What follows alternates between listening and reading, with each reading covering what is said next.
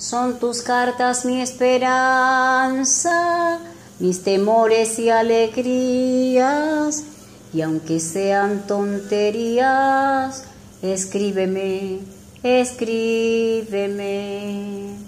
Tu silencio me acongoja, me preocupa y predispone, y aunque sean con borrones, escríbeme, escríbeme.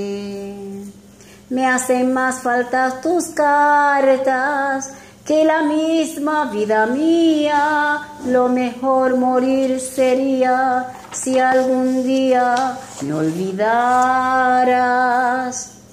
Cuando llegan a mis manos, sus lecturas me conmueven, y aunque sean malas nuevas, escríbeme,